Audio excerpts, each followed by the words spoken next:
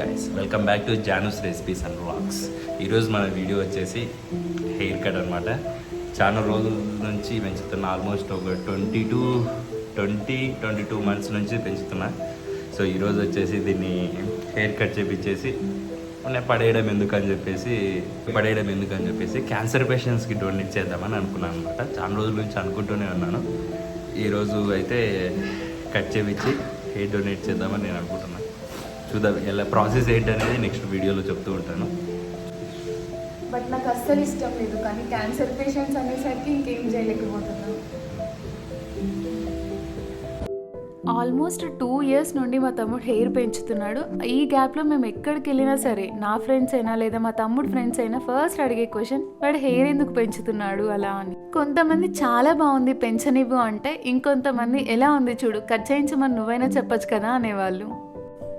నిజానికి మా తమ్ముడు హెయిర్ పెంచుతా అన్నప్పుడు నాకు కూడా ఫస్ట్ ఎలా ఉంటుందా అనుకున్నా, కానీ ఒక్కసారి నేను కొంచెం పెరిగిన తర్వాత చూశాక నిజంగానే బాగుంది, ఇంకా ఇలానే పెంచితే బాగుంటుంది అని అనిపించింది. ఇప్పుడు కూడా నాకు అస్సలు ఇష్టం లేదు హెయిర్ కట్ చేయించడం, కానీ క్యాన్సర్ పేషెంట్స్ అనేసరికి ఇంకేం చేయలేక సరేలే అని నేను కాంప్రమైజ్ అయిపోయాను. హెయిర్ డొనేషన్ చేయాలి అంటే ఫస్ట్ అయితే హెయిర్ వాష్ చేశాక దగ్గరలో ఉన్న ఒక మంచి సలూన్కి వెళ్ళి హెయిర్ కట్ చేయించాలి. అది కూడా వాళ్ళు మనకు శాంపుల్ ఫొటోస్ పంపిస్తారు. లెంత్ వచ్చేసి 12 inches మినిమం ఉండాలి. ఒకవేళ హెడ్ షేవ్ చేయించినట్టయితే 10 inches దాకా ఉండాలి మినిమం.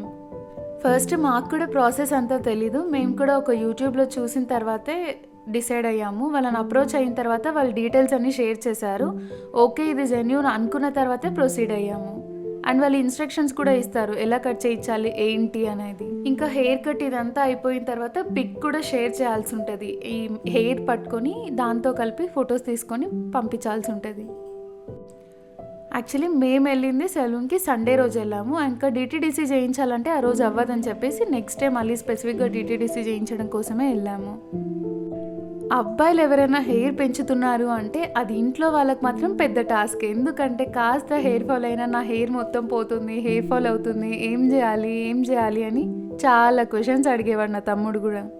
నేను అమ్మాయి అయ్యి ఉండి నార్మల్గా ఇంట్లో కోకోనట్ ఆయిల్ ఇవే యూజ్ చేస్తాను, కానీ మా తమ్ముడు ఆల్మండ్ ఆయిల్ అంట అది ఇది అని చెప్పి అన్నీ తీసుకొచ్చి ఇంకా హెయిర్ ట్రీట్మెంట్ కోసం 10,000 15,000 అలా కూడా ఖర్చు పెట్టేవాడు.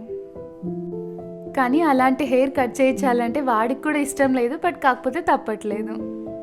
ఒకసారి నేను ఈ హెయిర్ పెంచడం వల్ల ఏమనిపిస్తుంది నీకు అంటే, నిజానికి రోజు అమ్మాయిలు ఇలా జుట్టు పెట్టుకుని ఎలా పడుకుంటారో ఏంటో, పడుకోవాలంటే ఫుల్ డిస్టర్బెన్స్ అనిపిస్తుంది. జుట్టు అంతా తల కింద పడినప్పుడు, ఇంకా బయటకు వెళ్ళినప్పుడు మొత్తం చిక్కులు పడిపోతాయి, అలా ఇలా అని చెప్తాడు. కానీ మాత్రం కట్ చేయించాలంటే ఇష్టం లేకపోయింది. లాస్ట్లో నేను మా తమ్ముడిది before and after pic add చేస్తాను. హెయిర్ ఉంటే బాగుందా హెయిర్ లేకపోతే బాగుందా అన్నది మీరే కామెంట్ చేసేయండి. ఇంకా సెలూన్ నుండి హెయిర్ అలానే ఇంటికి తీసుకెళ్ళిపోయి నెక్స్ట్ డే వచ్చి మళ్ళీ డిటీడీసీ చేసాము. వాళ్ళు డీటెయిల్స్ అన్నీ పంపిస్తారు. ఆ డిటీడీసీ ఎంత అయితే ఛార్జెస్ అవుతారో అది మాత్రమే మనం పే చేయాల్సి ఉంటుంది. ఈ పార్సెల్ రిసీవ్ అయిన తర్వాత వాళ్ళు కూడా ఒక వీడియో అన్నది షేర్ చేస్తారు రిసీవ్ అయిన తర్వాత ఆ హెయిర్ అంతా కూడా. ఇన్ని డేస్ మన ఛానల్లో వీడియోస్ అన్నీ సరిగ్గా అప్లోడ్ చేయలేదు కదండి, ఇంక నుండి కంటిన్యూస్గా వీడియోస్ అప్లోడ్ చేస్తూ ఉంటాను. అంతే. ఇంకా మీకు ఈ వీడియో నచ్చినట్టయితే like, share, subscribe to Janu's recipes and blogs.